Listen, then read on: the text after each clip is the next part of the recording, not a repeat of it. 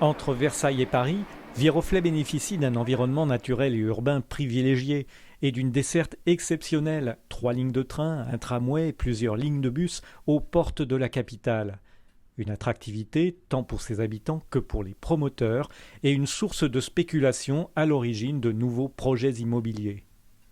C'est à l'occasion d'une réunion publique sur la qualité architecturale du logement que la commune se lance dans la réalisation d'une charte architecturale de promotion. On commence à avoir de l'immobilier qui est assez cher sur Viroflay. Et évidemment, quelqu'un qui a un pavillon qui commence à avoir poussé un immeuble même de 2 ou 3 étages à côté de son pavillon, il est très inquiet sur la valeur de son patrimoine, d'une part, et puis il est inquiet sur les conséquences en termes de vue, en termes d'arbres, ce genre de choses, sur son patrimoine et sur sa vie quotidienne. Bon. On s'est dit il y a peut-être un travail à faire pour essayer de sensibiliser et d'inciter les promoteurs à faire encore plus de qualité que ce qu'ils ne faisaient jusqu'à présent. Ça permet d'engager un dialogue de façon beaucoup plus précoce.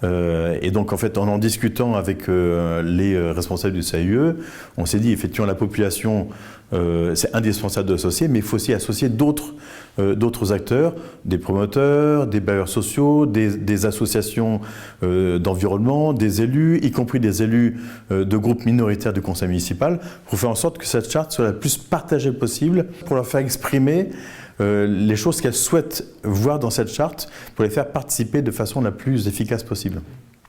Ici, éléments et détails d'architecture, la identité des quartiers de Viroflay.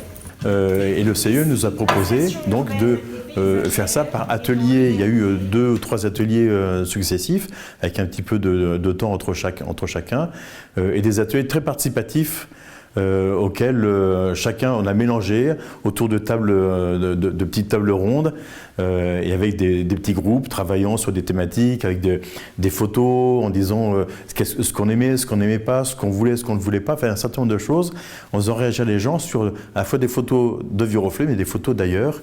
Et donc ce qui a permis au final avec un système de collecte d'idées, avec des post-it, enfin tout un tas de choses, de pouvoir sur un certain nombre de thématiques remplir selon les desiderata des Viroflaysiens. Évidemment avec celle de la ville, parce qu'on a aussi un certain nombre d'idées sur le sujet, mais pouvoir intégrer des desiderata des Viroflaysiens. Et donc, et à l'issue de cela, on a laissé le CAUE en fait rassembler tous ces éléments-là, structurer un projet de charte, et on a fait une dernière réunion en fait de restitution avec les mêmes participants pour dérouler en fait la charte elle-même, pour bien faire en sorte que chacun s'y retrouve.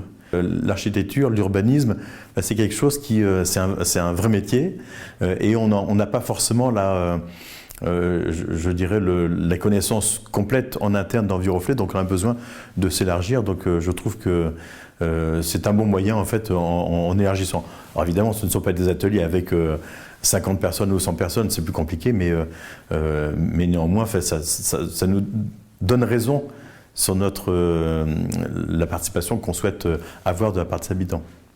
Mais attention, la charte est un outil non opposable, contrairement au PLU. Il en est complémentaire en pariant sur l'efficacité de la négociation et de la discussion en amont et autour des projets. Une attitude collective à adopter qui évitera ainsi nombre de recours ultérieurs.